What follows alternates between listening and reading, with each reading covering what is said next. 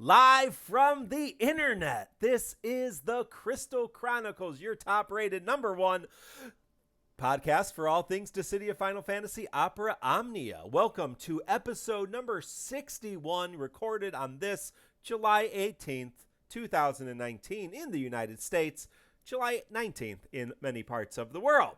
We welcome you. I am your host, Mark, and I am joined by my co-host first from the Great West. His name is Mino Spellgood.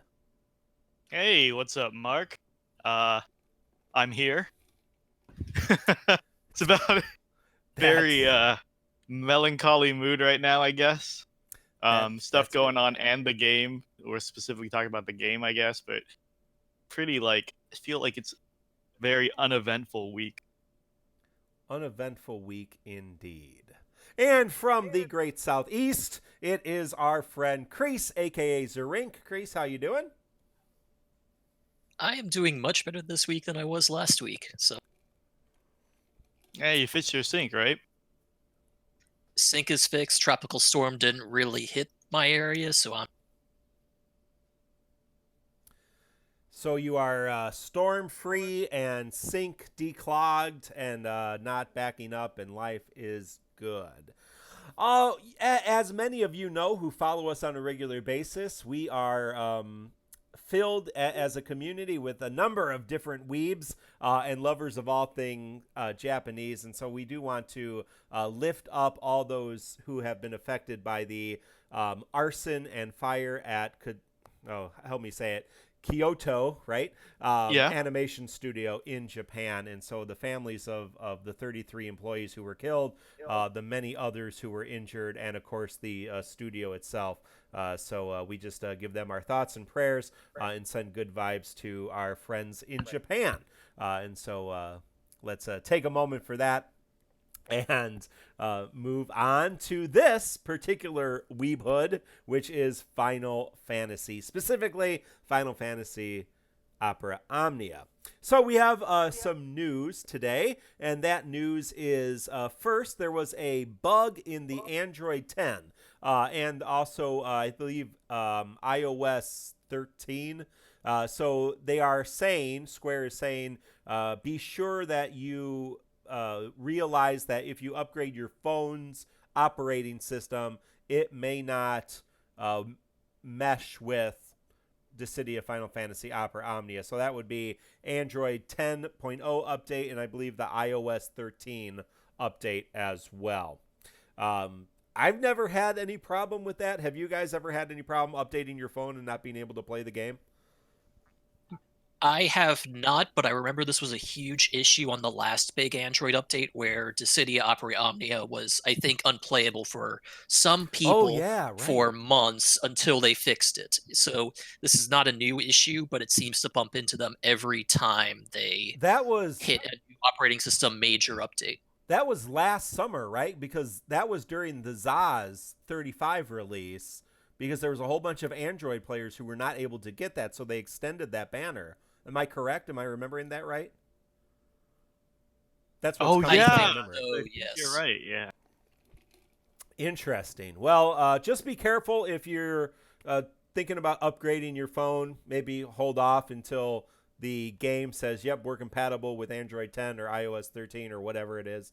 Google, your Google phone or your Linux phone. I don't know what kind of phones you people use. But whatever it is, given the number of people... The thing is... Oh, go ahead. Sorry, just to cut this off.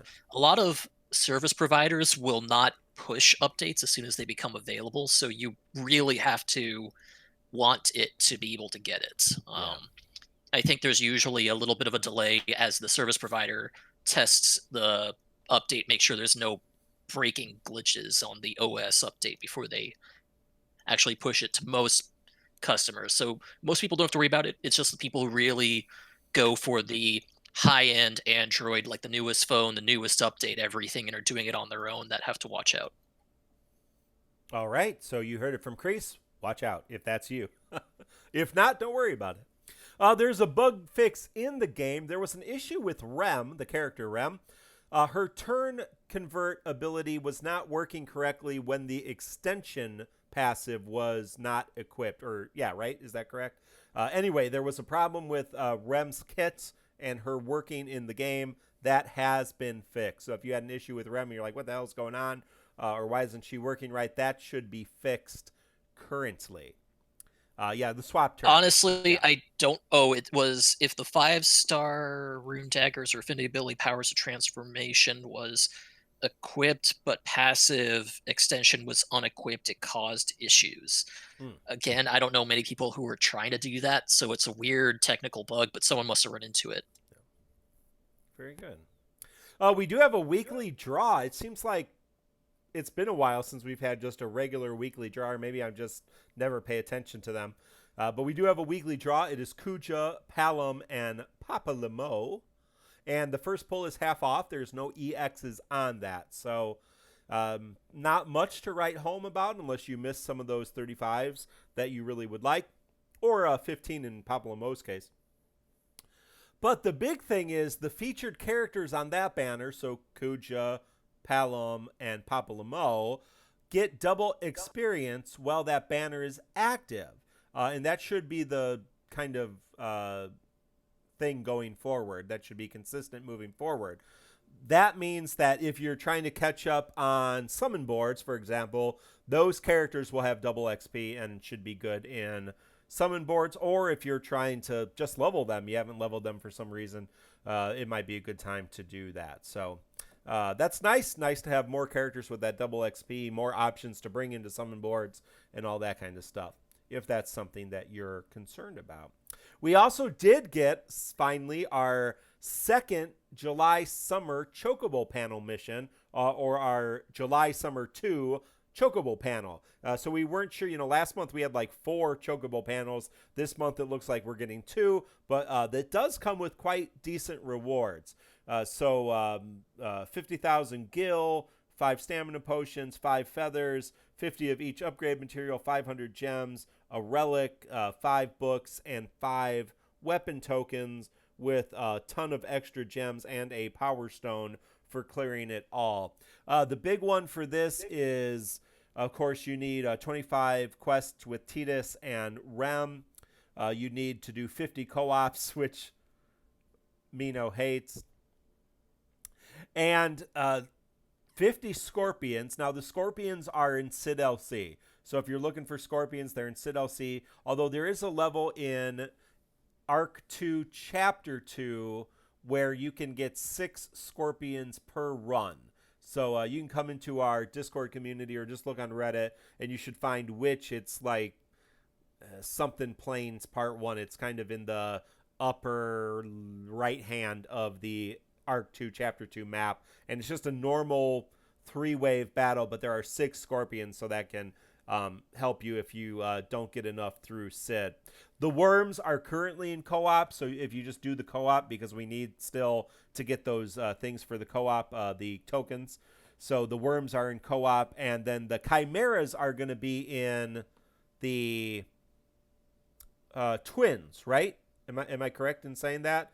If you're looking for the chimeras, you have to defeat 25 chimera types. I believe the twins, the World of Final Fantasy Twins event will have in co-op is chimeras, correct?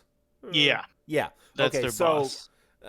The only other way to do chimeras is to basically do one at a time. Prish Lost Chapter, of course, has an easy chimera that you can beat. But running that 25 times is a pain in the butt. So I would suggest you just wait to co-op the World of Final Fantasy Kids event. But, CSAM is correcting me. There are 2 chimeras in Prish Lost Chapter, one of those, before the very last stage. So that's not too bad. That's 13 or so runs.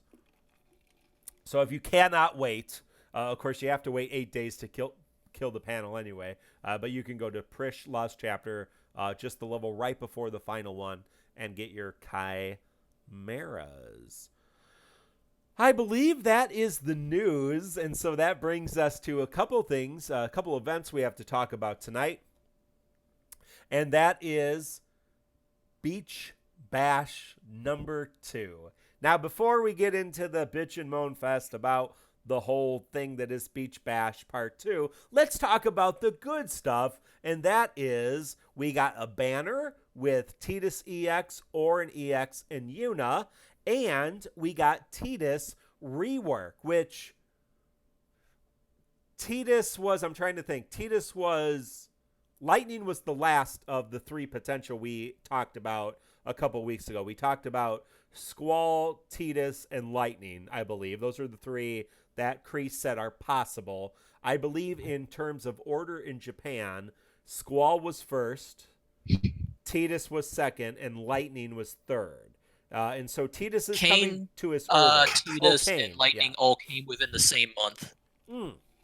That's good to know. So we got Kane super early, and we are getting Tidus quite early. So, Kreese, do you want to go over what Tidus gets in his rework? I'm just going to cover it briefly because we did cover it last week on the unofficial I apologize. partial episode podcast. But basic idea is that Tidus can now get a special buff when he uses Quick Hit called Winning Spirit. While he has Winning Spirit active, he gets a huge boost to his max Brave, and he deals more damage based on the number of debuffs the enemy has active that he's hitting. And also, while he has Winning Spirit active, he gets access to Quick Hit Plus and Slash Combo Plus. Quick Hit Plus is the same thing, except now it's a free turn, and Slash Combo Plus is basically a harder hitting version of Slash Combo. And that's his rework. It basically just made him hit harder, gave him a new buff.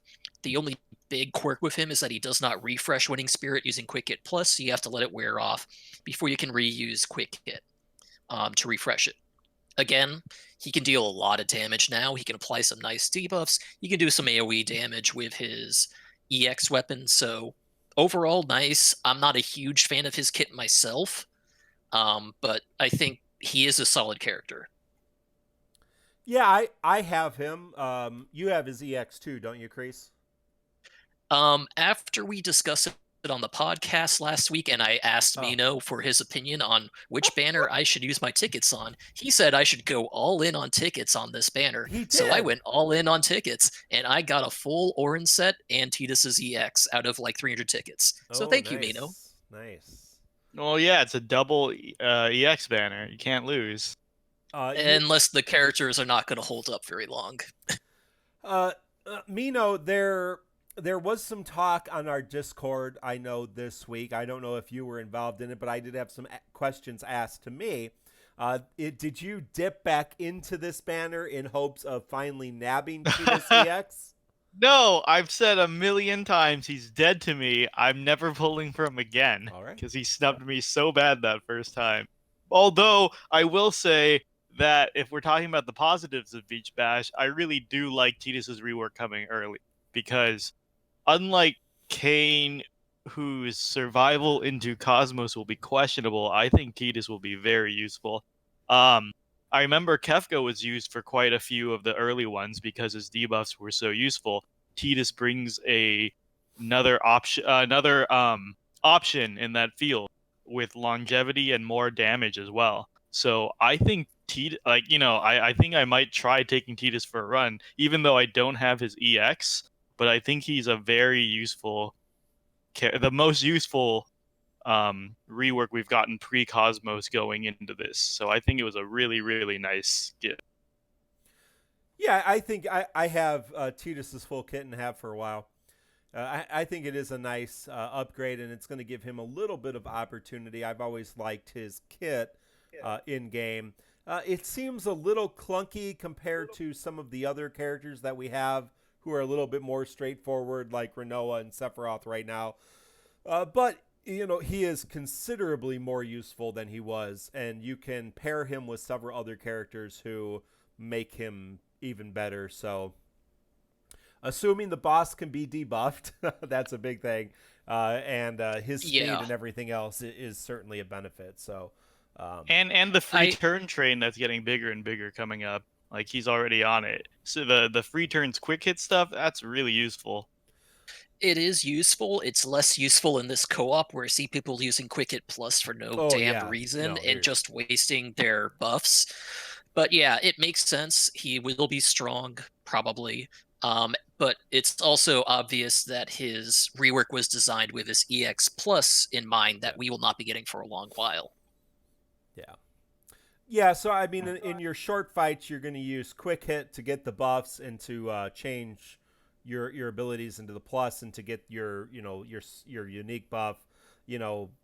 Basically do quick hit slash combo EX and repeat. But in longer battles and more thought out battles, there's going to be other things you can do with quick hit plus and the free turn mechanic. So that is nice. Any other ideas about Tidus, how to use him, people to use him with, other things you want to share besides Salt? I mean, obviously now you want to start everything with quick hit as it launches. It's the only thing that powers up his moves for now. And then I'm digging the early free ability stuff like Renoa's wings, because like if I really want to charge an EX, or if I really need to break break something, theoretically, not that you have to in this co-op, but having 3 free quick hits that hit decently hard, and then you can follow that with like a slash or something. I think Tidus is in a really good spot, honestly, even without the EX plus. That I will say that Tidus has one of the more awkward kits because he needs both buffs and debuffs active to be at full power. Yes. And that's always a problem, especially when you're dealing with trash waves for EX battles, for example. He just will not be able to function at full power for those trash waves in most cases, because you're not going to get debuffs up fast enough for him to use them. So, again, he works great for boss fights, not so great for other circumstances. Mm-hmm. Well, I think Erolai says it best in chat here. It's a fun rework, even if there's some awkward bits. And like many weebs, they're very fun, but they're often very awkward. So Tidus is just showing his weeb colors. I don't know why I'm picking on the weebs today. We're all weebs. We all live in a yellow weeb marine. So so we leave that. I guess we could say, hey, what about the banner? Auron is. I love Auron. He's one of my favorite characters. I have his full kit. He has a niche maybe in some heretics until he gets his rework, and then later EX plus. He's not going to be super useful. Yuna is just like, she's a little bit better than Cater right now.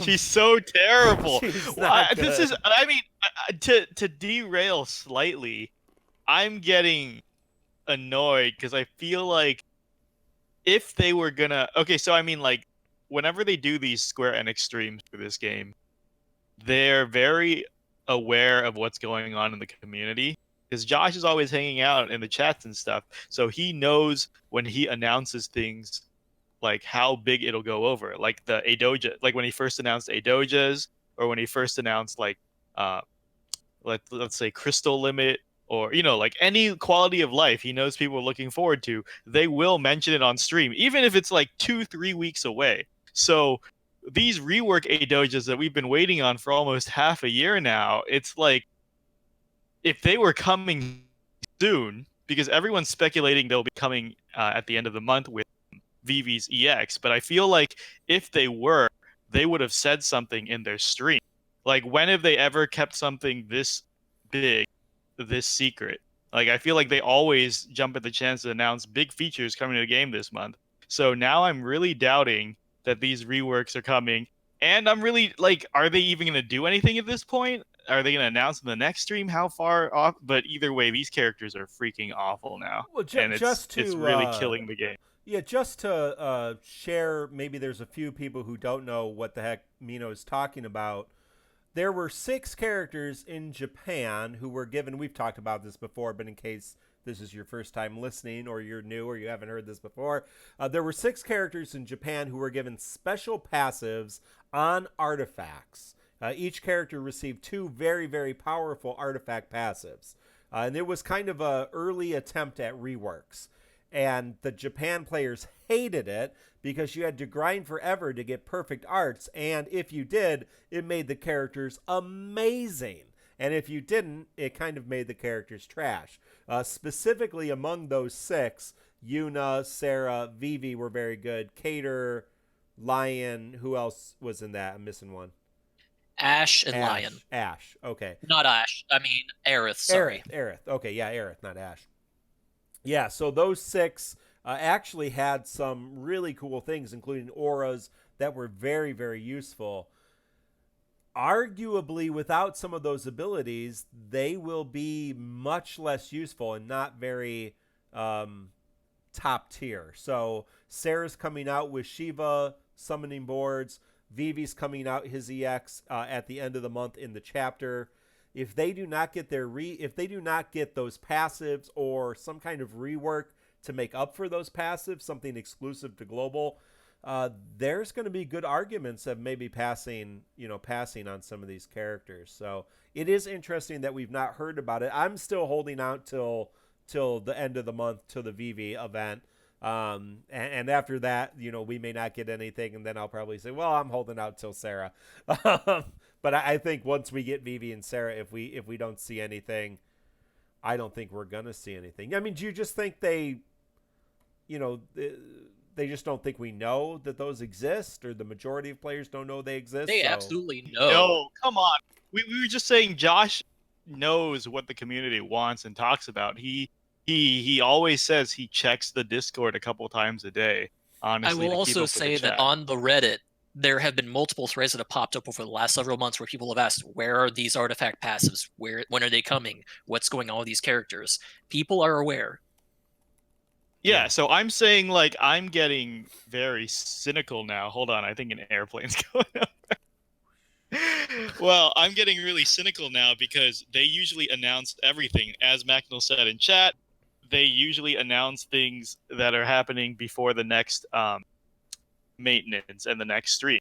Like, they usually announce everything, no matter how small it is. So I feel like something as big and as desired as these special Adojas, if they were coming, they would have said something. Well, okay, so let me play devil's advocate, because they don't announce reworks. They didn't announce. They do. Remember? Like at least on this stream, they said reworks are coming with the Beach Bash. One banner. They said that. Yeah, so they said. But they didn't say which reworks. They didn't say how many reworks. We found out much later reworks. How many there would be. Right. They said we reworks. Also did not find out with the first half of the Summer Fest last month that there were any reworks. We knew they were coming, quote unquote, but we did not know they were coming. But that means we could get a rework, because we're going to get a rework for Zidane. We could get a rework for Vivi that makes up for his passives. Or, I mean, I think they just need to give us all of the passives. I wish I knew the bot code well enough to do it up, just to give you an example. Because I really don't think it will break the game to just give us the best artifacts for these characters as passives. So if you go to here, let me pop up Yuna and show you what her artifact passives, her special arts are.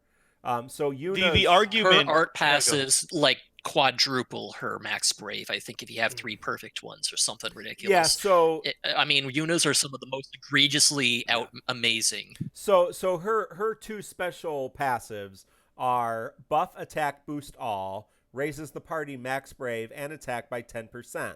So if you had 3 of those, that would be perfect passives. That's 30%. So that's a 30% aura to max brave and attack. That is not overpowered. Now her other one, which again, you would want both of these perfect arts. So these are each 2 stars. You would want 6 stars of each. Asuna charge and boost. Asuna count +1 and raise max brave by 40. So if they just gave that to us, it would be 3 uses of Asuna, max brave 120%, which I think we can all agree Yuna needs max brave 120% to even be playable. And then a party aura for attack and brave of that's not broken at this point in the game. So the argument if she got it today, it wouldn't be broken. She would not. The argument that the Japanese players make, because the ones that don't want us to get these as built-in passives, is because they're saying we would get this and be able to stack triple like attack 108s and max brave 330s, and then that gets really broken. Because, for example, 120% max brave, you could say, is fine, but then if you throw an extra 1,000 max brave on top of that, and that gets increased as well, then that's really, really strong. Because they're saying the little balance that they have is because if you do go triple those two, you're not getting base stats, and we all know base stats scale better in the long run. But I mean, so which of these 6 characters is top tier in Japan right now? So, but they're not. I mean, Yuna. Wait. So Yuna has only been usable because of the passives, which to just go backwards a bit, because we're talking about, oh, what do these passives do? Well, it's like if they don't come, see, again, I feel like if they were coming, they'd announce it, because it would hype people for the characters and pull. Like, if Yuna's was somehow coming at the end of the month with Vivi, like, wouldn't they want us to know that before Yuna's banner goes away? Oh no, right? Right? Oh, I agree. Exactly. So I'm saying if they were coming, they should have announced it. That's why I'm leaning towards they're just not coming. Wow. And yeah. Because otherwise they would want to advertise these characters. Like, all of these characters coming out this month, Sarah coming out soonish is, it's supposed to. So with the passive, Sarah was top tier every time she got an up. When she got her EX and when she got her EX plus again, she was top tier for a while. Because with her passives plus her new kit, she was absolutely top tier. Without them, who knows where they'll fall. Other characters were hit and miss. Yuna was very viable when she got her EX and EX plus with the passives. Without it, she will not do anything. Lion was passable, not really, not even great, like very mediocre with the passives. Cater's dead on arrival. Vivi was at least usable for his fire niche with the passives, and Aerith was usable for a while with her. So, like, these actually made them usable. Without them at all, these characters are pretty much dead forever. So they have to be doing something, but I just highly doubt it, because, again, I really think they would have announced it. My argument is, if they would just give us those abilities as a rework, these characters will have time to shine. If they don't, these characters are dead. And if they do some in between, then maybe they'll be usable. But not. I mean, most of these characters are support characters or niche characters.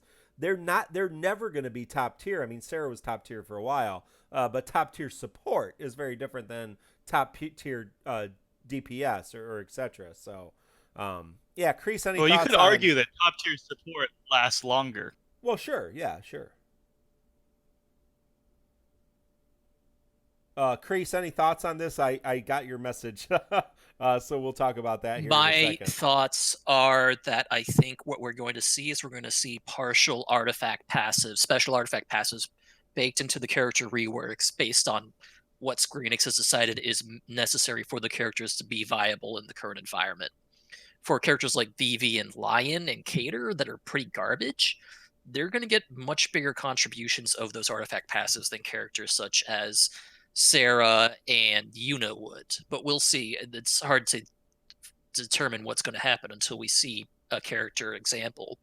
And the most likely example we'll see first is Vivi at the end of the month with the story chapter. Well, thank you. Do we just want to talk about what went live 3 minutes ago?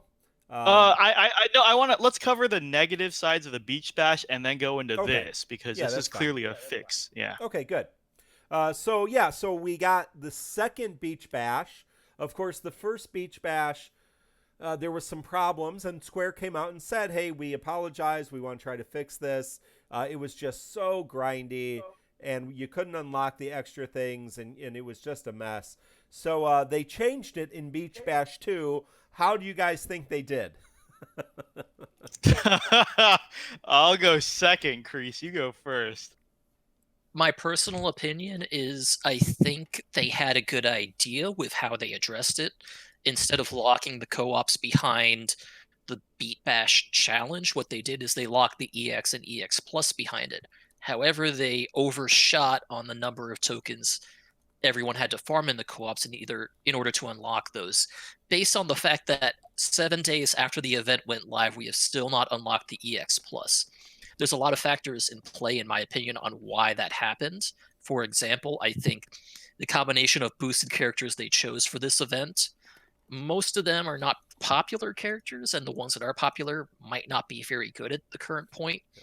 The bosses they chose, Ironworms, suck, even at the best of times. And the token requirement, 30 million tokens to unlock the EX Plus, is just huge. It's an insane number of farming that has to be done.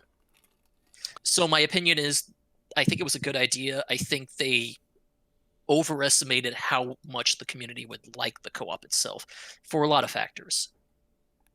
I'm going to go skew negative on this one. Last week, I defended the Beach Bash idea because we discussed before how Square Enix got the feedback super quick and they responded within like 3 days saying they understand and they'll fix it. So I was like, oh, they're trying something new. We can't fault them for that.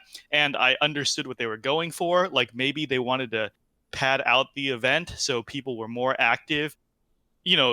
For games like these, games of service, you want people playing as much as possible, keeps the community alive. I'm sure a lot of people do the EX and then just, do their dailies until the next event farm. So they probably wanted to pad it out and they wanted people to have things to do and a goal to work towards so people stop crying about dead game.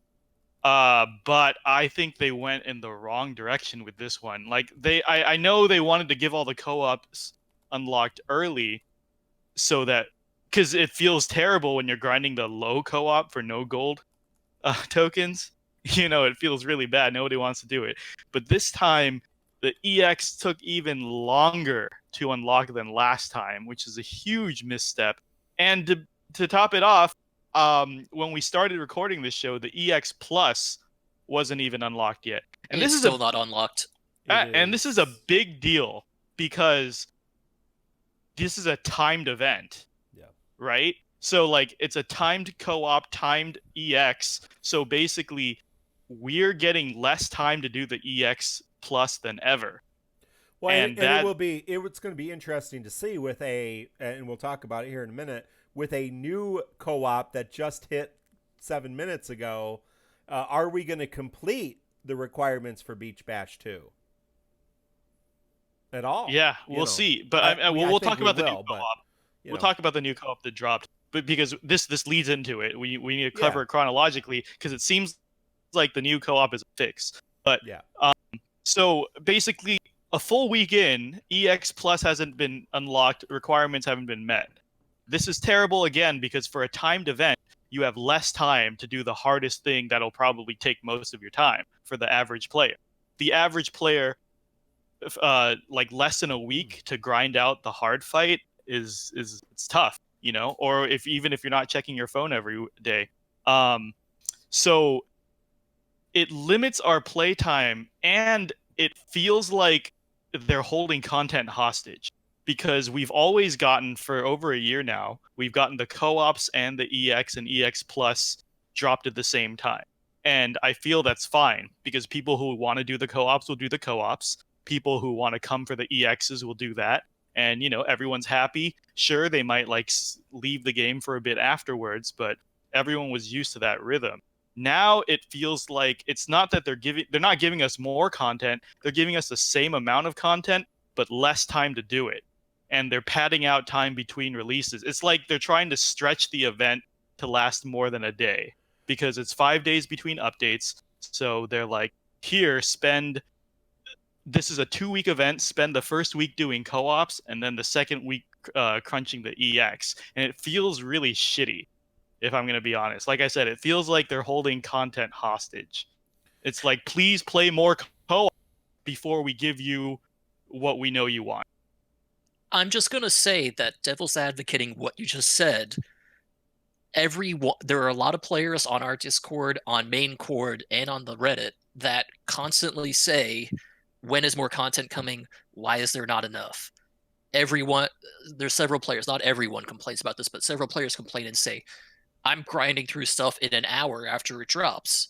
Why? Why is there not more? Why am I not doing enough? And I think this is trying to address that issue by making it a goal that's in the player's hands, which theoretically it is, the gold token co-op farming is in our hands. I think they soured us on this co-op in several ways, but it is supposed to be something for us to work towards, something for us to achieve in order to get content that we want.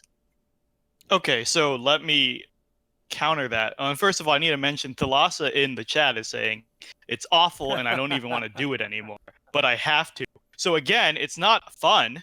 People just feel forced to grind it. So it's not fun. But I'm saying to counter what you're saying, first of all, dropping all the content at once is fine. If people want to complain about dead game, which is a minority, honestly, a vocal minority online, that's their prerogative. They rush through the content. They did it. But like for people who the average casual player who's taking their time to go through this, it's fine. You dictate your own pace. You want to do this many co-ops throughout this many days or spend this long on the EX, you do it at your pace. But when the game's forcing your pace, like you literally have no choice, then that's really, really not fun, because games are about choice, and once choice is taken out of the equation, it's just a chore. And what you were saying about the whole, they want to make the game last longer. Well, like I said, the whole reason one of the reasons we praise DFFOO so much is because there's no stamina system. You're not stuck to a schedule. You can check in however often you want, whenever you want. And that's a big draw for a lot of people to this game. This forced co-op takes the fun right out of it. Plus, like, if you're going to do a group community thing, do it like the beatback challenges. You know why the beatback challenges are fun? Is because we're getting rewards at least once a day, several times a day. Like, the rewards are coming fast and regular. Whereas this is like, hey, grind for a week plus to unlock content that you used to always just get. Arguably, we're still getting that bonus reward that you're just talking about. This is a beatback challenge. Yeah. That's the way and it's beatback addressed. is fun. And the thing is that they just lock something behind it. And it's, again, I think they're trying to address the issue of some people complaining about not enough content. I agree, they did not do it right this time. I'm not arguing with you on that. I think I'm just trying to argue why they did it in the first place. And I my opinion understand why is they that did it. I just think like the first time they did it, fine, whatever. Like, they locked content behind the beatback, but it released regularly and fast, right? Like within a day or two, we always got the next tier. This is here it is, and you don't get the next tier for over a week. Like, the pacing was just awful. I'd rather them go back to Beach Bash 1, which was hugely unpopular. I'd rather they do that and make us unlock a stage every day or something than days and days and days. Like another update came. An LC came and left. Oh, not left, but it came already, and we're still working on this event. Like, we should be jumping event to event at least. This is, I don't know. This was a bigger step backwards than the first one. Like I said, I'd rather go back to the first one. Well, as of 13 minutes ago, all of your problems have been solved, so you don't have to complain anymore because they surprised us with Beach Bash Extra. This is a level 70 co-op, which is just the Lamia Queen, right? Yeah, Lamia Queen and 2 bombs, unstable bombs, a one-wave co-op. And with the Lamia, if you didn't know, in the Beach Bash, if you fight the Lamia Queen, because there was a chance of fighting the Lamia Queen or the Behemoths, you get an extra Idoja, if you didn't realize that. So you will always get 5 Idojas. The Idojas are Tidus, Yuna, Auron, Lulu, so no change in the Idojas. And so this is... Mark. Yeah, no, go ahead. Sorry, I wanted to address chat for a second before we move too far on. Yeah. Sorry, to move backwards a bit. Ouroboros is saying, this has a lot of similarities to time-limited events in an MMO. Players can feel pressed to do things, but there are also people that rush every new piece of content, then feel bored until the next thing, which they consume immediately instead of enjoying their time in the game. I want to say this is not the same as an MMO at all, because an MMO does drop all of their content they'll drop an entire raid tier and patch that's supposed to last you months and months, and you take it at your pace. There'll be people who burn out, sure, but that's on them. Like, that doesn't affect the enjoyment of people who want to take it slow. So, for example, if I was playing an MMO and it was like, you can't access raid until the entire player base reaches some random quota, that would piss me off. But they don't do that. When they drop MMO content, you move at your own pace. So you still dictate your pace. I'm just going to say that there is a time in World of Warcraft's life where they had an event like that, and it was fondly remembered by the community. I don't think it was a good event, but it did happen. Yeah. It was called the Gates of Ahn'Qiraj. Yeah. So the new Beach Bash, the tokens that you collect go to the same token shop, right? They go to Beach Bash 2 token shop. And the tokens that you collect go towards the awards. So you never have to do Beach Bash 2 again. You can exclusively do Beach Bash Extra. We will get the 30 million. We will be able to unlock that new EX event. But you also get different rewards for every time you do this personally. So if you beat 15 Lamia Queens, you're going to get a reward each one you beat. And the final one is a weapon token, I believe. So we will want to do that at least 15 times. So Mino, they are forcing you to do this co-op 15 times to get all the rewards. So good luck. But over the next 11 days. So you have 11 days to do 15 co-ops. One thing that I think Mark forgot to mention is that all characters are boosted for this event. So you do not have to worry about using Tidus, Auron, Yuna, Lulu anymore. You can use anyone you want.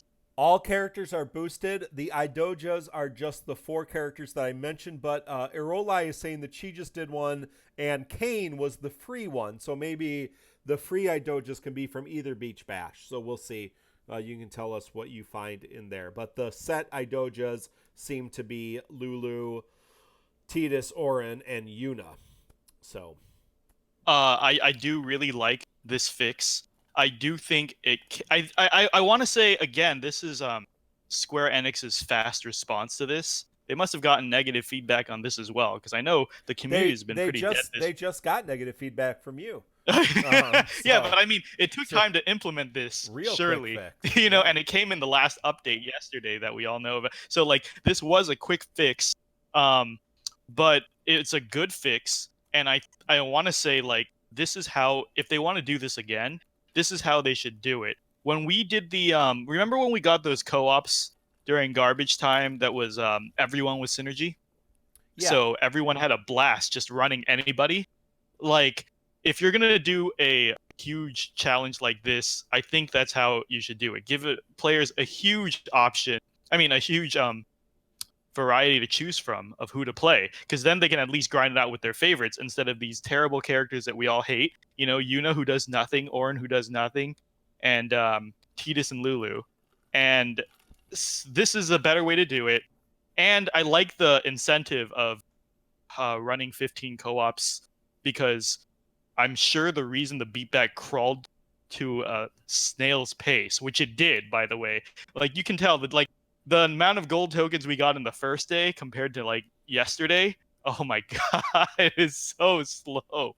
And I think because people just hated the co-op, and they just like, somebody else will do it. And at least this incentivizes people to run more. So I'm saying they're making a bunch of changes now that are fixing it, and they should implement this right from the start in the beginning next time, which is more viable characters. Everyone's synergy is ideal, because then and people will have fun running different things. Having 2 different co-ops for the goal is nice, instead of running one co-op and to the point that it becomes so stale that you don't want to do it anymore. And this little personal incentive to run more yourself. I think these are good fixes. So, I mean, global, I'll give that to the global team. They're always very good in addressing the complaints, but this was a big misstep that I hope doesn't happen again. Macnol, who reads, thankfully, somebody in our team is reading, says that the in-game announcement says the bonus Idojas from Lamia can be Kane, Von, Lilizet, Auron, Tidus, and Yuna. And the set ones are Auron, Tidus, Yuna, and Lulu. So there you go. So 5 Adojas or 10 Adojas, I guess, if you can get double. I don't know for that. And if you're using books, even more. So have fun with that. So yes, thank you for the team fixing this. And don't have much to tell you about what the EX plus, the EX battle itself for Beach Bash 2 was not particularly challenging. It was 2 worms, a few dogs, and a couple of behemoths. Didn't come across anybody having a problem with it. I think many more people struggled with the Cid LC, which we will talk about as well tonight. So I'm just going to say that I brought a mostly synergy team. I brought Auron, Tidus, and Lena to the EX, and I got much lower scores than people who brought 0 synergy to that. EX. So that's a little bit of a highlight on how ineffective these characters can be in tight score fights. I still got the score first try, but it is worth mentioning. Yeah, I was going to say... Yeah. Oh, sorry. I was going to say, this is a testament to how crappy these synergy character choices were. I really appreciate the FF10 theme, and I like how they're very beachy. It was a very beachy game, but God, these characters are awful. This goes back to our further complaint about what's going on with the rework Adojas, because Yuna is just unusable now and probably will be until we hear anything about that, and Auron as well. But I mean, oof, this was a terrible selection, I think, and Kreese just pointed out why. Think how interesting it would have been if Auron got a rework or they used Waka instead, and Yuna got her, basically got her passives as a rework. It would have been a whole different thing. I actually did it, Kreese, as well with the synergy characters, and I brought Yuna because I hate myself. And yeah, I mean I did a lot better. I did a lot better with other folks. At the best, with a full boosted team, the highest max brave I've seen on a Yuna is 13,000. Yep. 13,000 on a 60/60 character in a boosted situation is pathetic. Yeah, and that's Yuna's unusable. It's just absolutely unusable. I mean, that's the argument. Give her 120 % bonus to max brave. It won't break her. It wouldn't make her any better than Lena. It would make her usable. But I really look forward to see what they're going to do. I hope they mention it in the stream coming up at the end of the month, because basically these characters were deemed so unusable 6 months ago in JP timeline that they had to bust out these Adoja quick fix reworks to make them playable. And now in our GL timeline, it's 6 months after they were already deemed unusable. So they're even worse than they might as well not exist in the game. I think Yuna being on this banner detracts people from pulling on this banner. Yeah, I would. That's for sure. Yeah. I'm hoping that maybe they are working on something so big that's why they haven't announced anything for 6 months. Yeah. We'll see. Yeah, we'll see. Well, if we can leave the Beach Bash and on to different things, let's talk about the Lost Chapter, which launched on Sunday night or Monday for many. Cid, Space Dreams. So Cid Highwind from Final Fantasy VII, the Final Fantasy VII Cid, he got a rework and an EX ability. So Kreese, who wrote an excellent analysis on the character, and our friends the Tonberry Troop did an excellent infograph, both of which I shared on our Twitter, and both of which are accessible in our Discord as well. So check those out. But Kreese, tell us a little bit about what old Cid got and what he's worth. Sure. So Cid, if you remember, was one of the late level 50 characters we got last year in October. And he was actually pretty solid at the time because he had very strong self buffs that raised his attack and max brave by huge values. And since he was unique buffs, he could stack with anyone, including Saz, so he could do a lot of damage if he wanted to. Which means that his awakening didn't have to do a lot to really bring him up to speed. His awakening passes are pretty modest. He gets a total 60% increased attack, 40% increased max brave, and small speed boost, while his Lancer and Dragoon buffs are active. Hyper Jump and Dragon Dive get some additional ability uses because Cid, if you remember, had a very low ability count when he first arrived. In addition with that, he got Brave Overflow on both of his abilities. Hyper Jump and Dragon Dive both became 3-hit attacks, with Hyper Jump, becoming an AoE Brave attack followed by an HP attack now. His special Brave Plus and HP Plus called Boost Jump and Dragon got a little better. Boost Jump's now a 2-hit AoE Brave attack, and Dragon now inflicts a ranged wind Brave attack before its HP attack. And along with that, he got an EX weapon called the Mastax. When he has the Mastax equipped, he can use Big Brawl on a slow recast time, which is a little unique. He deals 7 different Brave plus HP attacks against random enemies, and each time he does it, he has a chance to delay the target's turn by 1 turn, but he can only do 1 turn delay per target per ability use. So he gets some turn to delay. He still has Dispels and Dragon Drive. He has some AoE ability, AoE Brave Shave now. He has Brave Overflow on both his abilities, so he's a pretty solid kit. I'm a little concerned. I think the biggest problem I had with him was his timing.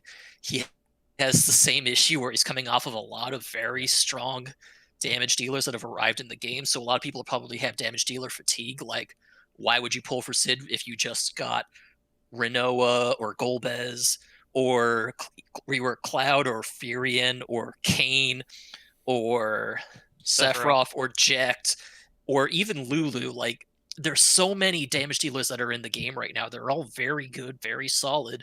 Why would you take Cid instead? And he doesn't really have anything amazing that stands out. He has a lot of different quirks with his kit. As I said, he's all wind ranged elemental. He has the ability to debuff, or not debuff, I mean dispel buffs. And he does tie into teams that can buff because his primary thing is that he only gives himself frame buffs, so he can stack with other buffers. He has some advantages. I just don't think they're enough to make him stand out far. I believe last week you expressed concern that Kane's early arrival does a lot to steal a lot of his thunder, right? No, I think that was you. No, I would never say that. I was pretty sure it was you. You're the only person I talked to about DFFOO this week. You were also very drunk last week. It was you. I don't know. Go back and watch the audio. Rotation recommendations? It depends on the boss. Usually you want to use both boost, hyper jump and dragon dive so he can get both his buffs active. He wants both of them up because both of them raises attack and max brave pretty substantially on their own. So together you want them so he's at full power. And then it depends on what the boss is doing. If you need to conserve ability uses, lean more into Dragon and his boost jump, brave, and HP plus abilities. If you're just trying to burst, deal damage as you need. Dragon Dive, as I said, it dispels. Use that. Hyper Jump is an AoE brave, followed by a single target HP attack. Use that if you need a brave shave at multiple targets. Note that Hyper Jump does not do increased brave damage against a single target, so it's less damage if you're attacking a single person. Thank you. He's pretty simple, though. Yeah, no, he's pretty simple. Mark, would you like to read, since our fellow guest co-host Erole pulled for him and is very happy about it, she made us a little list of personal experience with it. Would you like to read that for us? Or do you have it in front of you? I have it in front of me if you want me to read it. Yeah, Kreese, you do that because I don't have it in front of me. Yes. Okay, Erole last week, or this week, I mean, did pull for Cid, and she's been pretty impressed with him so far. So let me read what she says on her opinion for Cid.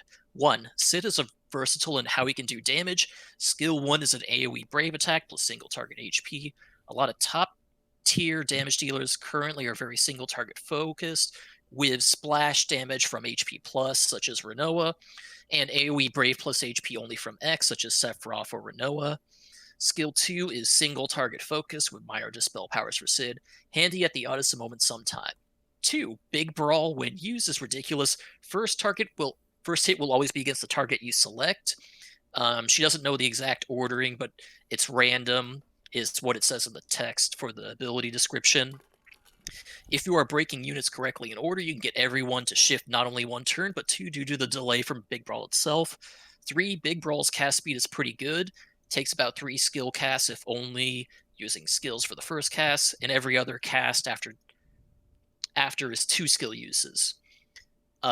We skipped 4 somewhere for some reason. 5, because of his versatility and damage dealing with 2 unique buffs, very easy to slot into a lot of teams. His max Brave pool, even without buffers, can easily hit around 20k mark with full kit. Drawbacks: if spamming skills, he doesn't have the best longevity. I didn't mention it. He has 6 ability uses for each of his basic abilities.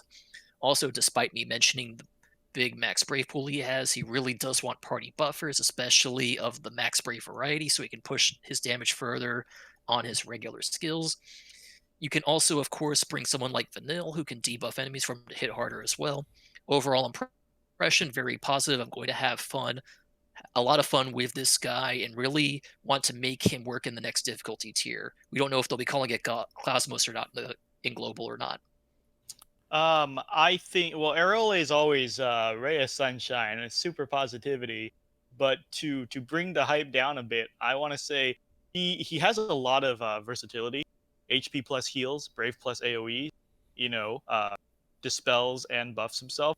I think he does a little bit of everything, but I think entering Cosmos, while he is viable for the first fight or so, I don't think his Brave and HP plus hold enough power to really carry him in these longer fights. I don't recall if it was 40 or Josepher, both who do YouTube videos on character evaluations, but one of them said something to the effect of Cid is kind of a jack of all trades, not unlike Cecil or Cecil, either one. Anybody else who kind of has a different thing. And of course, right now, jack of all trades can be very, very useful. There may be a time that they don't have a lot of use. So I can say just by our Discord chat and co-op this week and my friends list and Reddit, I don't think there's a lot of folks using Cid or who had pulled on Cid, which is a shame because he does have an interesting kit. And Square Enix Joshua, thank you for joining us. He's saying big brawls, Brave plus HPs aren't randomly targeted. They're distributed, 2 to each off target, 3 to target.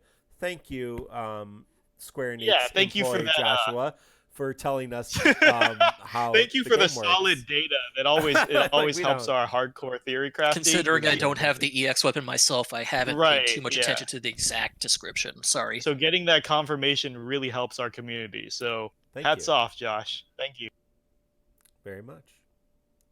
So now I know what I need to do to have Josh talk in chat. I just have to say something wrong. We just say things wrong. but back to the point. We've been doing that for 60 episodes. Back to the point. I haven't watched Josepher and 40's videos, but it looks like, I'm glad they agree. So I'm not just talking out of my ass. He seems like a jack of all trades, master of none situation going here.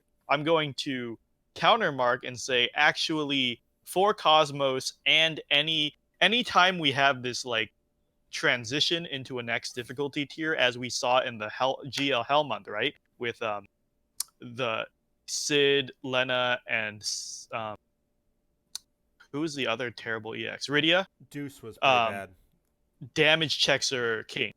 Yeah. Mechanics don't matter. You just need to do damage, because with the next jump in tier, enemy stats just skyrocket. Doesn't matter Cid can heal a little here, AoE a little there. If he's not pumping out ridiculous amounts of damage, and he really is going to get overshadowed by Renoa and Sephiroth, and we have Vayne and Zac coming up, he is not gonna survive the transition. He's useless. Like it's like Zack, right?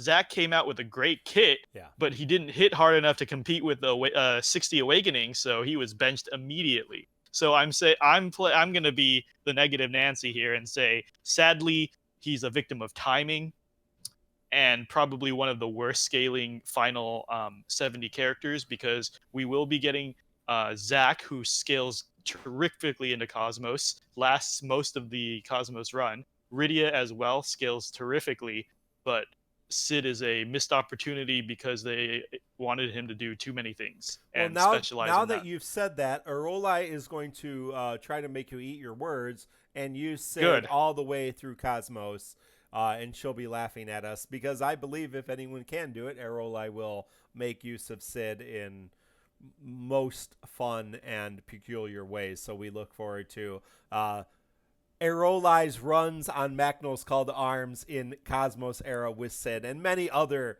ridiculous characters who probably a lot of people are not pulling on. Wadabu said... Oh, sorry. Wadabu said I didn't mention twins. I was mentioning LC characters, Wadabu, not new event characters. New event characters will make it for sure, but I'm talking about LC reworks. Sorry, Mark. Back to you. No, before we go to the... Oh, go ahead, Chris. I also just want to mention that we'll probably see teams of Cid Pinello in there somewhere. I bet. Pinello EX hype, no doubt. So before we go to the EX fight, which I know some people have struggled with, this is not an easy EX fight, especially if you don't have a lot of DPS or you don't have the Dispellers or you don't have Cid. He actually does well in this fight, even without his weapons, but we'll talk about that. I want to talk about the story because I loved these added cutscenes. Now, if you don't know, each event gives us 3 cutscenes, and the LC adds 2 additional cutscenes. So there are 2 new cutscenes, and I believe the 2 new ones are always the last 2. Am I correct in that? The second to last 2, because the last one's always the one where they join up, which they always do in the event. I'm not sure. It's usually the second one that's the join up cutscene, and there's usually a couple after that. It depends on the event and Lost Chapter in question. Some events had fewer cutscenes than Lost Chapters do.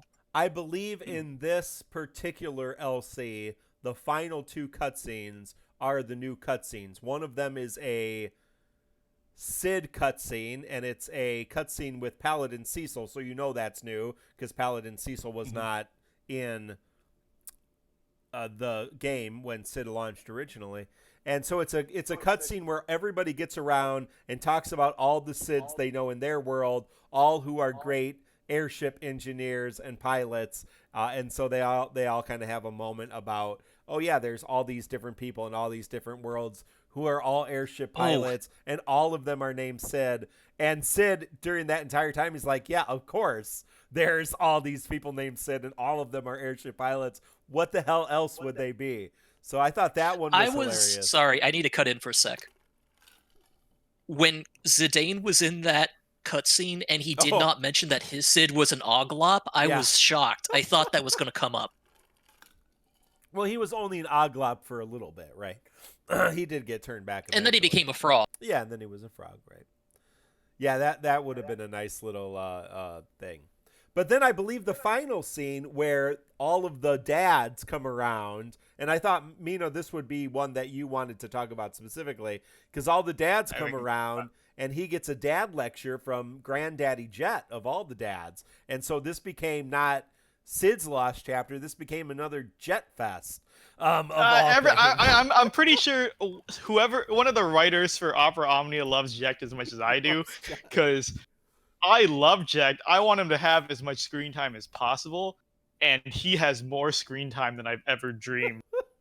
He has so much screen time. It's so ridiculous. He's in like every other Lost Chapter. He was just there telling Paladin Cecil to go find his damn brother. You know, like, holy crap, he is everywhere in this game. Aminosa is saying, isn't Cid their age? Cid is actually 36. Yeah, he's a little. I guess not. Is he 36? I remember mid-30s. I could do a quick Google check. Mid-30s sounds right. I have the book. He is 32. 32. Yeah. Yeah, so he's somewhat their age. That's old man by JRPG standards. Yeah, by JRPG, he's an old man, but he's younger than Galuf, and he's younger than Jet, probably. Well, maybe he may not be younger than He's Jet. younger than me now, which is scary. He is definitely younger than me. Like, everybody is younger than me in this game. Zaz is probably younger than me, so it's just like, me and Galuf. Jack's old, right? I mean, if Tidus is like 17, you got to think Jack's got to be maybe had him at least at 18. He's got to be in his upper 30s at least, minimum. Yeah, but there's weird time stuff there, so yeah, I don't know. I'd have to look. I don't have. Also, did time stop for Jack when he became? Yeah, right. I exactly. don't think so. Yeah. Oh, I guess yeah. If time. They disproved the whole time travel thing, and that was a red herring. It was just the same word. I don't want to get too much into. That's true. Holy crap! I have a friend playing FF10 right now who listens to this podcast. So nice. Let's Pierre cut that out. That's an early spoiler. That's an early spoiler. Spoilers, Daddy is Cid. Like, that's Luca level spoilers. It's pretty early in the game they reveal. Waka is a racist. Spoilers. Anyway, that's not really spoilers. It's true. So there is a level 100 quest for this LC, which saw us fight, among other things, 2 rampage machines. And if you remember, these rampage machines have this ability to self-buff themselves, and one of those buffs cuts HP damage done to them in half. So that is a really, really pain in the butt kind of battle if you don't have a Dispeller. Of course, Jet has the ability. No, Jet doesn't. Cid, because it's his LC, not Jet's LC, has the ability to dispel. Every day is Jack Day. Every day is Jet Day. Vanille has the ability to dispel. Ferris has the ability to dispel. But if you look on Macnol's Call to Arms, and of course our friend Macnol, every event has a call to arms and then does a video guide to give you tons of different ideas about how you might tackle the event on the official Reddit. So that is MACNOL, Macnol, his call to arms. If you look on the call to arms, any score above, at least last time I checked, any score above 400,000, and the requirement was 240,000 to get all the points. Any score over 400,000 was Lena, Renoa, Cloud, Friend Renoa, and Bahamut. The reason was Cloud's World of Illusion also debuffs, and people were using that debuff to wrap out or to basically cut off the half damage or third damage. And Mimosa is saying, I can look exactly what it does. Right. And I wanted to bring up it reduces HP damage a lot. In the Japanese version, when this dropped for them, all of our Japanese players that hang out in Discord were saying the same thing. Basically, why use Cid as a dispeller when you can use Cloud? Also, Cloud does more damage. Cloud does more damage.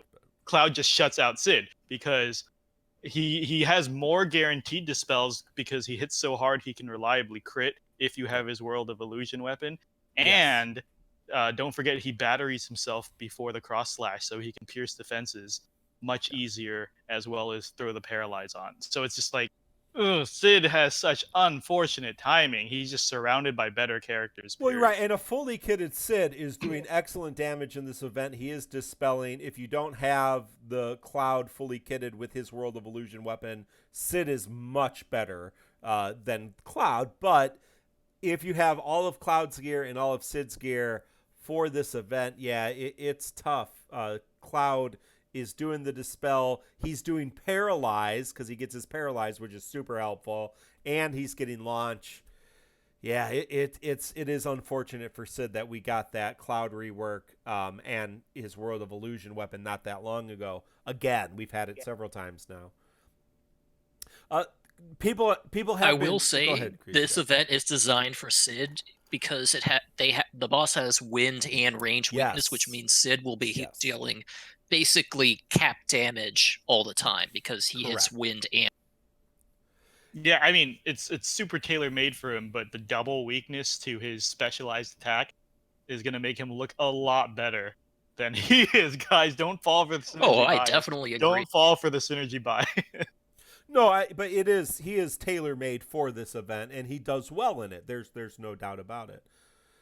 The struggle I hear from people, and you can correct me if you hear something different. The struggle I hear from people is carrying Cid, because of course, for all of these missions, to get all of the rewards, and you want to get all the rewards to unlock the the special missions, but also the 1,000 crystals, or the 1,000 gems, excuse me, for completing everything, is carrying an unequipped Cid. So how can we carry an unequipped Cid is kind of the issue. I would suggest because this is what I did, I would suggest hopefully you have a 15 CP on Cid, and I would level him up to Crystal Strength 55. Mine was only level 51, but the Crystal Strength 55 allows him to extend his 15 CP ability and weapon, making him much more powerful and doing much more damage. So he is somewhat useful to carry. A lot of people who have the more powerful characters, I saw a Polish Prince used Rinoa and Lena to carry Cid. I actually used Lena and Vanille to carry Cid, just to be safe. So, there's not really any DPS characters there, but I was able to do it.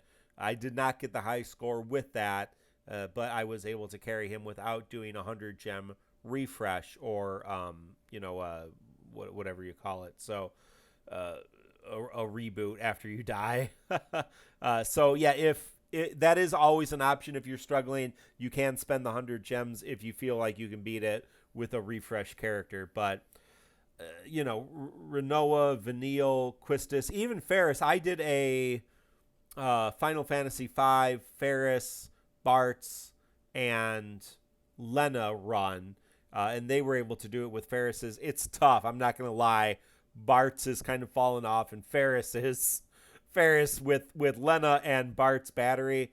Ferris was not doing anything but dispelling and occasionally brave attacking. How did you guys find this event to be? I will say the Rampage machines are just as annoying as I remember them being back when we first got this event. Yeah. Those buffs are frustrating to deal with if you don't bring the right characters. They are tanky as all hell. They have a lot of health. They can deal a lot of HP damage very fast. I'm so glad I brought Lena to this, because otherwise I wouldn't have made it through. Yeah. It's just an annoying fight. Yeah, some people struggling with, I know we had a couple people without healers who did not pull on Lena. Yeah, it can be tough, especially carrying Cid if you don't have a max Cid. I wanna echo what Erole said last week in our unofficial episode, which is garbage time is pretty much over. It's this, and then the Twins event, which isn't a walk in the park either, and then Cosmos. So she's saying the game is conditioning us. Like, I think people might have been lulled into a false sense of security with garbage time, but the game is starting to tell us to tighten up on our pulls and start pulling recent meta characters. Otherwise, you're not going to stand a chance. Yeah. So some people have been talking. Thalessa here is talking about carrying a 50-50 weaponless Cid. What happened to Cid's weapon? Because we all should have Cid's 15 CP. So did people sell? Are people selling their 15 CPs? Is that a thing that's happening? Also, we're drowning in T4 crystals right now. Yeah, right. Like every other week, I have to awaken characters just to get rid of it. So there's no excuse not to awaken Cid at this point. Well, I mean, at least 5160 is a reasonable thing to expect for a Cid. Yeah. If you're trying to carry him, get him to crystal level 51, level him to 50 or level 60, give him those extra stats so he hits a little harder, he has a little bit more max brave, he's less likely to be a complete burden and possibly die. Yeah. Eamon's saying, I took out one and then focused on one and then did the other one. I don't think they get any bonus if you kill one. Is that correct? I thought they did in Rage. They did in the original. I did not experience that after you killed one, and I've watched a few other runs too. If someone in chat can confirm that, I do not recall an enrage when one died. However, once one dies, the other one will always do its right. It does always spam. It does spam that, correct? So soft enrage, yeah. Well, I'm sorry to hear. Yeah, you accidentally sold it. I mean, that does happen. I accidentally sold Cloud's World of Illusion weapon, and it haunts me to this day. But yeah, so that sucks. And I'm sorry about that, because yeah, to carry him without a weapon, really really tough, I'm sure. The nice thing about the LCs is, yes, you could use 100 gems. You're going to get that 100 gems back in a big way to carry him. Or you can wait till more powerful characters come out and be able to, like, Vayne, just destroy those stupid machines, single-handedly. Yeah, so, but yeah, no, I think at this point with Cid, Zack, and Rydia, these last couple of LCs, you should at least awaken them to 60/60. These characters are so old, that their awakenings are packed. Like, if you're trying to run them without their extension passives, it's going to be a hard carry. You might as well duo the run. Yeah, we're not... And honestly, if you've been playing for a while, you have the high shards to spare. Yeah, unless you're a new player, I definitely do. You have the high shards. Yeah. I mean, with all the Beach Bash rewards we just got with the shop and the beatbacks, and then Cid's LC alone gives you half the crystal T4s you need. Like, there's really no excuse not to do it. All right. Well, I think that's enough of Cid. I believe we've shared what we can. Again, yeah, the high scores are the meta, Lena, Renoa, and Cloud with this World of Illusion. I used Lena, Vanille, and Renoa, and almost got 400,000, so that was my high score. I'm sure a lot of people have used a lot of things. Check out Macnol's Call to Arms. You'll get some different ideas if you are struggling, or come on our Discord. We have a help and strategy section. There have been people getting help there all week, so come and join that. Be part of that. We've already talked about Beach Bash Extra, so a couple questions from our friend Ink Welder, who's part of the Tonberry Troop, who gives you those great infographics about each character rework or each character's kit. We really appreciate the work the Tonberry Troop is doing. But Ink Welder wanted to know, for us, because we've been talking about this, what do you guys do in your downtime in DFFOO? So if it's between events, or you feel like, you both kind of brought up some different ideas about what to do here. So how do you approach downtime in the game? I don't understand the question. I thought we answered this like months ago. Because this is a reoccurring question, right? Because there's some dead periods here and there. Sure. But I thought we always agreed that the answer was to do something else. Play a different game. Like, when's Pokemon Masters coming out? Come on. I got tons of other games that whoever is in the Discord knows that my focus has been elsewhere now. I've been playing casually playing a Madoka gacha as well that just released. Addicted to that, but very casually. Like, I'm not even doing all the dailies every day there. And, FF14, as the listeners know, I've been on that pretty regularly. And then you got Fire Emblem coming in like 2 weeks. I don't know. There's a lot of games coming out I'm looking forward to. So my attention's pretty split. So this pace is actually great for me.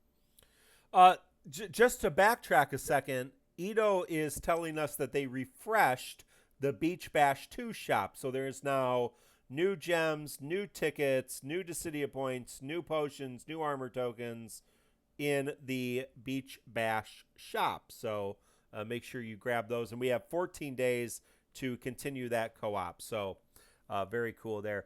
But yeah, the other day I cleared a few summon boards that I hadn't done. I'm doing co-ops, that too. Grind some artifacts. I just kind of log in and play a little bit each day. And that doesn't, and of course, honestly, when there's an event coming, that's not a big thing. Read a book, hang out with my kids, things like that. Yeah, real life stuff. But maxing out boards for all the synergy characters, that usually keeps me plenty busy. Yeah. Still working on Lulu, I think. Yeah. If you, I mean, you can be crazy and pop pots and books, but if you're just doing it casually whenever you have the SP, this is a pretty leisurely pace. Right. It's nice. I'll just say that I do pretty much the same thing. Work on some World of Illusion stuff if there's anything active. Maybe farm some my doges for characters I want, or just work on summon boards, or farm crystals for upcoming characters I want to awaken because I'm not paying attention to how many crystals I have. Thank you.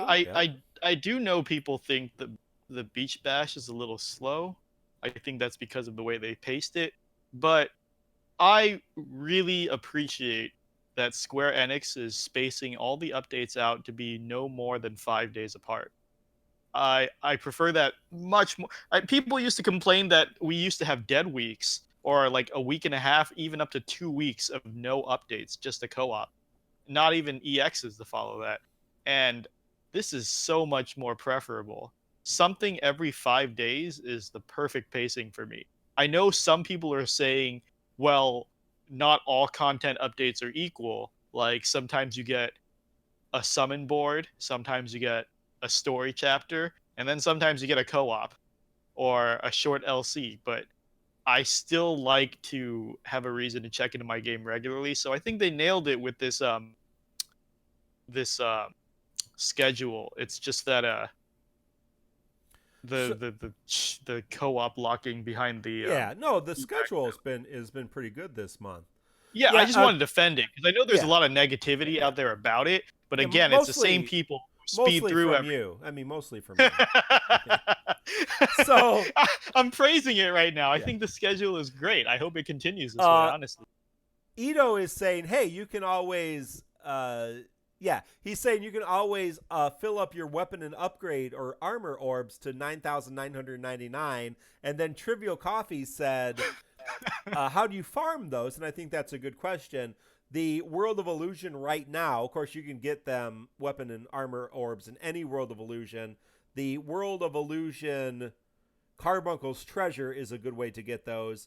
But really, the best way to get them is just to do co-ops. And once you get all the crap in the co-op store, you, instead of getting, artifacts, because you're getting artifacts in co-op, use them on weapon and armor tokens, all those tokens that you get. So that I would say that's the easiest way to do.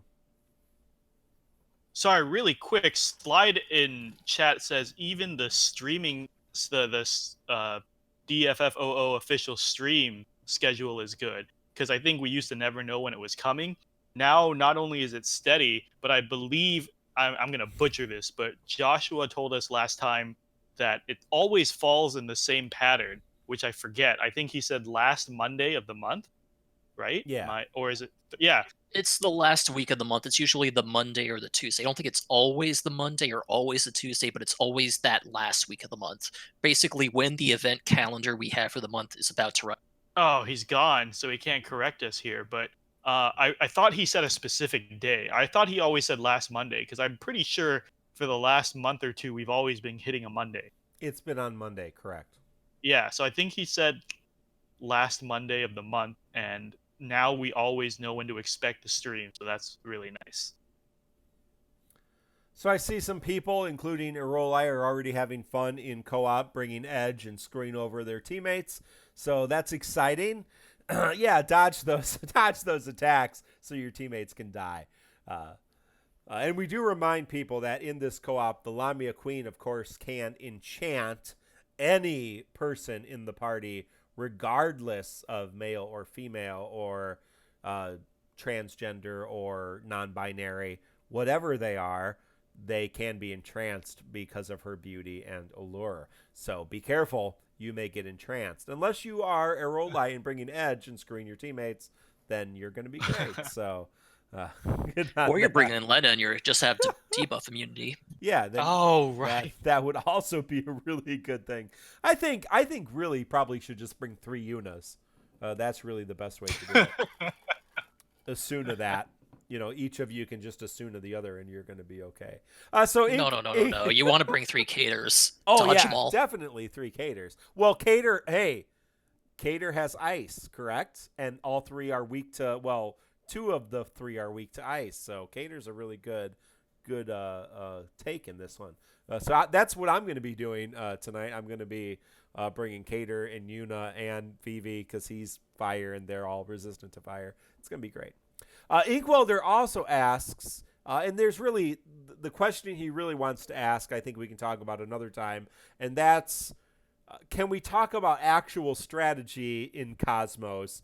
Because there's probably a lot of people who are newer who, because as Mino has said, it's garbage time, have been able to just kind of steamroll through content as opposed to really learning some of the strategy behind the game. And maybe they're already feeling that now. So I think once we get to Cosmos, I think we need to talk about that. We need to talk a little bit about strategy and how we do things. Well, he's saying, how are we strategizing to prepare for Cosmos? Well, yeah, right. But his original question was really about strategy. So my question for us tonight is, how are we prepping for Cosmos, knowing that it is going to be more difficult? What are we doing prepping now? for Cosmos is easy. You prep for it the same way you prep for any other Hell Month, which is basically pull the current meta characters. And that's it. If there's a Cosmo event you're not getting through, pull for that character. Like Vayne's Cosmos is supposed to be infamously hard. Pull for Vayne. No problem. Or the ones leading up to him that we know are going to carry over strong, like Renoa, Sephiroth, Vayne, Zac. These are people who are going to carry into Cosmos strong. So it's just pull for the most recent characters. It's the same strategy in Lena Hell Month, same strategy in Agrius Hell Month. And that's always, honestly, the only way you can prepare for. Yeah, Vayne could be a tricky one without Vayne, that's for sure. I did say I watched some Arc 2, Chapter 3 Cosmos fights this week from Japan. And did not... Yeah, apparently... go ahead. Go ahead. No, I was just going to say, I did not see a lot of Freyas in those team comps. Apparently, the whole thing about the very first Cosmos, the hardest thing is overcoming the HP and length. Because up till now, we've never had fights so long or damage sponges so tanky. And there's 2 of them. I'd argue original Lena EX was pretty damage spongy. Okay, but this time there's 2 of them. So you want AoE heavy damage. So I believe if you look up videos of the first Cosmos clear, it is rife with Renoas and Twins. Because you just need nonstop AoE damage. Yeah, no, I did see a breadth and width of team comps, but not the characters that you would expect. Not a lot of niche characters. You're more powerful top tier characters. Again, like we said, when it comes to the transition, it's always the super meta characters that survive, of course. But it was just interesting to me that you didn't really see a lot of Freyas in the chapter where Freya is featured, especially as kind of lifted up as Freya is as an easy grab with her character. To reprise my role of the Debbie Downer of the podcast here, it's people we talked about how much things tend to get overhyped. And basically, Freya is being touted all around the GL communities as being a great, discount unit, right? Great discount unit. You just have to pull her 35 and she's workable. Yeah, well, workable does not equal great for your team or necessary. It's just like, hey, if you need a filler unit, Freya is a good cheap one. Yeah. Not, hey, Freya is going to clear Cosmos for you. It's filler unit for sure. Like, guaranteed an EX-less character will never be as good as an EX character. That's just how it works with the longevity of these fights and the big buffs. Yeah, Macnol's saying how to prepare for Cosmos save gems. Or buy them. Support the game. Macnol, how many gems have you saved up? Can we hate Isn't on you he at today? 100,000 or something? Oh no, he's way over that. 100,000? Macnol's probably 700. 200, 300K. I think he said he could pity 6 EXs if he wanted to. Yeah, six or 700. I know 5D's on here too. He's at over 600. Sold DFF 00 is 680,000. I watched him get Jets EX in 35 tickets, so he's still like 860 tickets. And of course our Hiramura Cat has over 1 million. So yeah. Also, so that's good. A final character saying, Mina, why are you so pissed today? Okay, I was pissed about the Beach Bash thing, but for the Cosmos thing, it's less pissed and more a word of caution. Like, people sometimes need the warning signs of things to come. We can't send you out in the world with a stick and a rock and tell you to defend yourself. You know, you gotta be properly equipped. Well, sorry, Mark. Yeah, GRW18. We did talk about Beach Bash Extra, so look forward to that if you haven't heard that. CSAM, you got 57,000. That's close to a pity there. So good luck getting towards Vayne. Slide's just got 300,000. I'm close, Slide, to 300,000 myself, and I think Crease is catching up to me as well. So what are you at? I'm only at like 90,000 again. Oh, good. Yeah, 90. That's close. It's close to 300,000. Don't worry, I'll pull for something very soon. It's not going to last another month. Yeah. I'm at 150, and those gems are spoken for by Zach and Vayne. Polish Prince is calling your bullshit out, Mino, and says, "Oh, okay, yeah. Let me address that." So Polish Prince says Freya is no ordinary EX-less character. She's built for Cosmos. And she can, along with Lulu, likely outrun more than half of the current characters with EX weapons. Sorry, you're right. Yeah, to specify, I meant not all EX characters are better than the EX-less characters.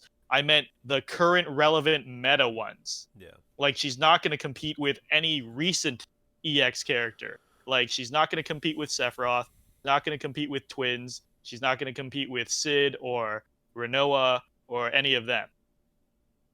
I'm going to stick to that. But you're right. If you want to count all the casts that got their EX weapons 8 months ago, then yeah, of course she can run circles around, say, even like a Bart's. I think with Shantoto EX or something. With her damage and her, although she doesn't battery like Bart's does, but with her auras and with her damage, she is going to outshine a character like Bart's, who is still fairly usable but kind of falling off right now. Yeah, the early EX character, the ones that got them early that they don't do anything, like Terra or Shantoto but I'm saying, like, the EX characters that came within the last month, she's not going to touch.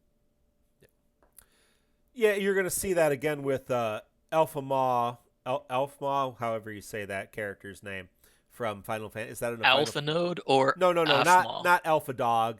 Not from Final Fantasy 14. Elfma from Final Fantasy. That's a Tactics or a 11. FF11. That's an 11. Yeah, Elfma. I don't know who that character.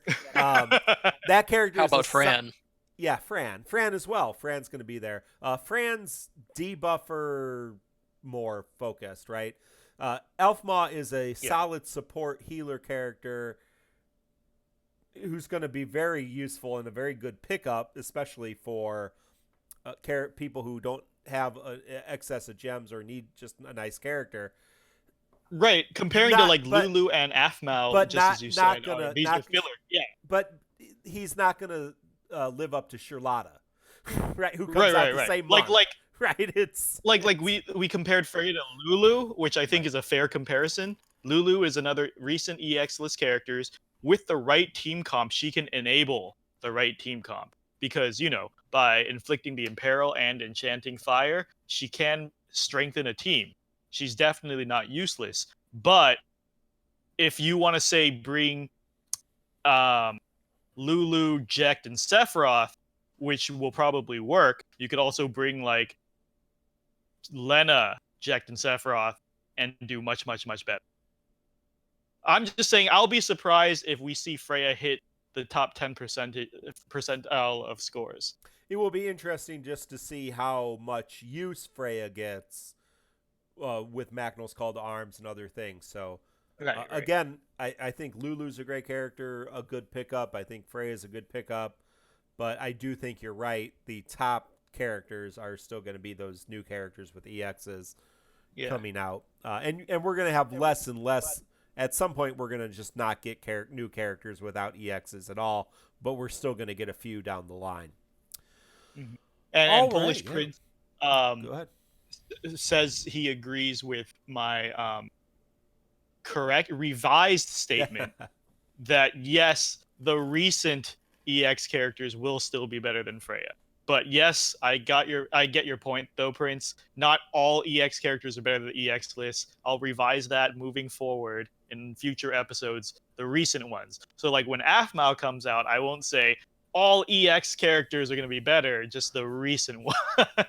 Well, and everybody has their own role too. I mean, Aphmau is a very specific type of character who's going to live into a specific role. Yes. Aphmau's a healer, correct? Or am I thinking of the wrong character? She's an updated version of Lena, where she gives very strong buffs, tons of regen, and debuff immunity. So she's basically an updated version of Lena without HP heals. She sacrifices HP heals for like attack and max brave buffs and stuff like that. Right. Yes. But yeah, that will be one of the characters we get who does not have an EX. Fran would be another one. That may be it. I think everybody else has Alpha Node is in there too. Did Prompt? Wait, Fran has her EX. Are we talking about EX's characters? Upon launch. Fran it's have her EX, right? Yeah, she does. Fran does. So it's Alphino and Aphmau are the only two left, and they come at the end of Cosmos Era. Everyone for the next couple of months will come with EXs. Fran, Alpha Node, and Aphmau, yeah. Yeah, so, but everybody else. Prompto comes with his EX? Didn't hear anything. Yes, he does. Didn't hear anything about Prompto. Poor Prompto. It was so forgettable. Everyone. Sadly, poor Prompto. Throughout the Cosmos Era, the new characters are largely forgotten and not considered great, and it's all the reworks and awakenings that come out meta. So Cosmos, as a lot of veterans in our Discord server have been saying, is like gem hoarding time. Because if you got lucky and got these early kits, say Warrior of Light, Shantoto, Ramza, Ace, these are the guys who will rise to the top. Not only that, but it's been confirmed by experience by a lot of JP players that you can get through 90% of Cosmos with the earliest characters. Like we said before, the complete stomp team, if you want no challenge from your game, is Warrior of Light, Pain, and Noctis. Those three have confirmed completed like 90% of Cosmos with very little struggle. So can we just talk about some speculation here for a second? Sure. I was having a conversation earlier today or sometime this week. Do we think, because GL is a different game and we have a different schedule and things get mixed up, what do you think the chance of Warrior of Light being held back is, his rework? Because if you don't know, if you're listening, you don't know, Warrior of Light, who you might think, Warrior of Light's garbage, why would I ever use him? Tanks are like completely useless in this game. Well, that time is going to slowly come to an end, and we are going to... Yeah, Chaos, tanks are needed for Chaos. Yeah, we are coming towards a time that tanks are actually very, very useful, as are characters who can dodge attacks in useful ways, as you'll see more and more coming here in the future. But Warrior, like, gets a rework, gets his level 70, gets an EX plus, all, kind of spread out. And during that entire time, from Warrior of Light's early rework and 70 till now in Japan, he has been top tier, and he's been super useful. He's now only starting to fall a little bit. Even then, early data mining rumors is Rem has found data of the next weapon tier coming out, and Warrior of Light is first in line again. So yeah, so he potentially you know, like, make it a the next level of weapons, and that may be Warrior of Light. So yeah, he's like Cloud, where he's gonna be the front line of buffs every time they come. Yeah, so again, those kind of characters are good investments. And that's a great part of this game. I really do think the idea that not only the new characters, and very truthfully, some of the new characters are passable. They're good, but if you don't have to have them. That's what I mean. I don't mean they're garbage or good or bad. They're just, if you want them, great. If you don't, great. It's something you can pass on. But a lot of the reworks, a lot of the old characters, unless the character's name is Vayne or not. Well, there are a few characters who are just exceptionally powerful, and I think you do have to pay attention to that. But right, yeah. So, likely, for example, characters that are old will come back. Yeah, and plus, in the Chaos era, they're trying this new thing with the permanent heretics nonstop that make you, like, even if Wall is an amazing tank at the time, you still need some backup tanks. Is how they're designing the game now. Like, if you have one amazing healer, you still need to diversify your roster, which I think is smart.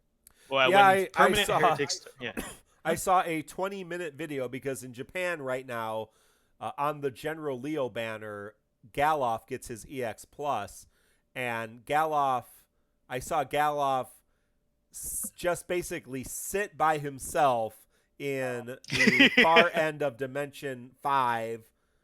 He didn't win because he can't do any damage. He did kill one of the mankins. There were 3 powerful mankins. And he did kill one of them and damage 2 others. But he lasted like 45 turns by himself because they couldn't hit him. Right. So, yeah, you're going to get more and more tanks. But obviously that's not a way to win.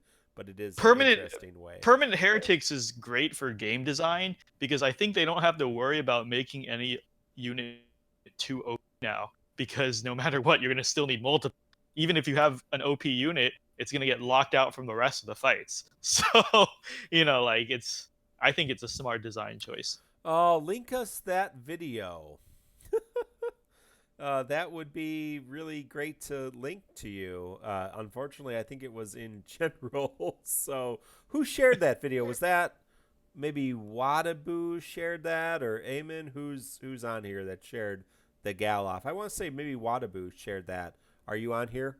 I saw Wadaboo earlier, so I do not have that link in front of me, but we can find it and put in the notes. Yeah, mankins. I will never call them mannequins. I don't know why. They are kins of mankins. The only mannequin I like is from an 80s movie with a soundtrack by Jefferson Starship, or just Starship at that point. I don't know how the times changed at that point in their career.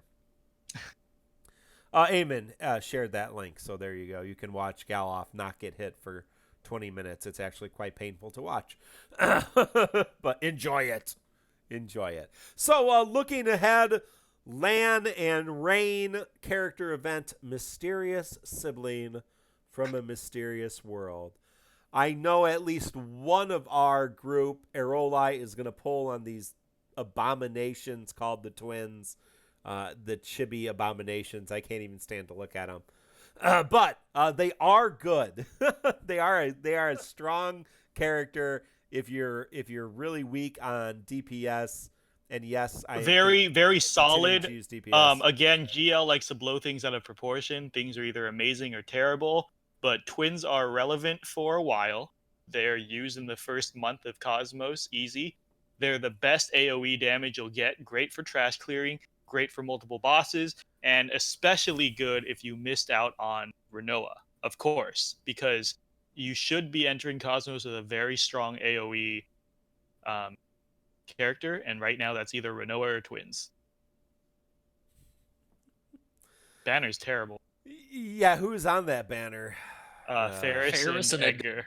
Oh, that's a rough banner at this point, because I did bring Ferris into Cid's event, and I did beat it, and I got the score requirements with Bart, Cid, and Lena. Yeah, Ferris is... she needs some work to come back, that's for sure. she's fallen off. Still useful as a debuffer. And then Story Arc 2 next week. So that will be with Freya. As we podcast.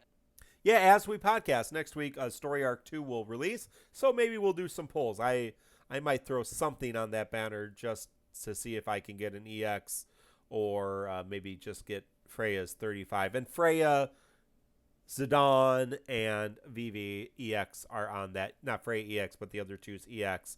And we will see whether or not there are reworks or not.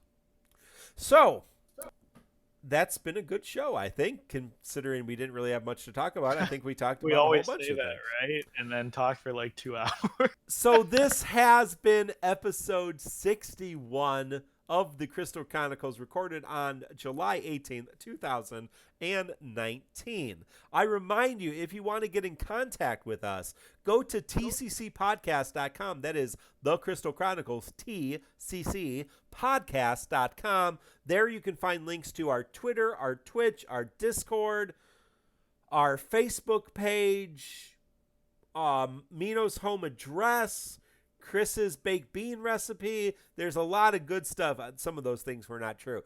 There's a lot of good stuff. So go to tccpodcast.com, at TFFTCC Podcast on Twitter and Facebook. Twitch, just search The Crystal Chronicles. If you'd rather listen to the show on podcast, that is why we do the show. It is a podcast. If you'd rather watch it on YouTube, we do put it on YouTube as well. So there are lots of ways. You can catch it on Twitch for a while. Of course, you can get it through all your podcasting apps. The majority of our listeners in the podcast audience do listen to us on the Apple Podcast app. Now, if you have a MacBook or maybe even the tablets, the iPod, not iPod, what are they called? iPads. They are switching iTunes, or if you just have a regular Windows computer, they are switching iTunes and making the podcast app or podcast program different. So it will be its own thing like it is on the iPhone if you have an iPhone. So just make sure that you are aware of that. Do subscribe to us. Subscribe to us on Twitch. We appreciate all of those likes and subscribes. Subscribe to us on any podcast app you like. If you are on iTunes, please give us a review and make that good. So for myself, Mark, Mino Spellgood, and Kreese, a.k.a. Zerink, this has been the Crystal Chronicles. And until next week, good luck and many blessings. Goodbye.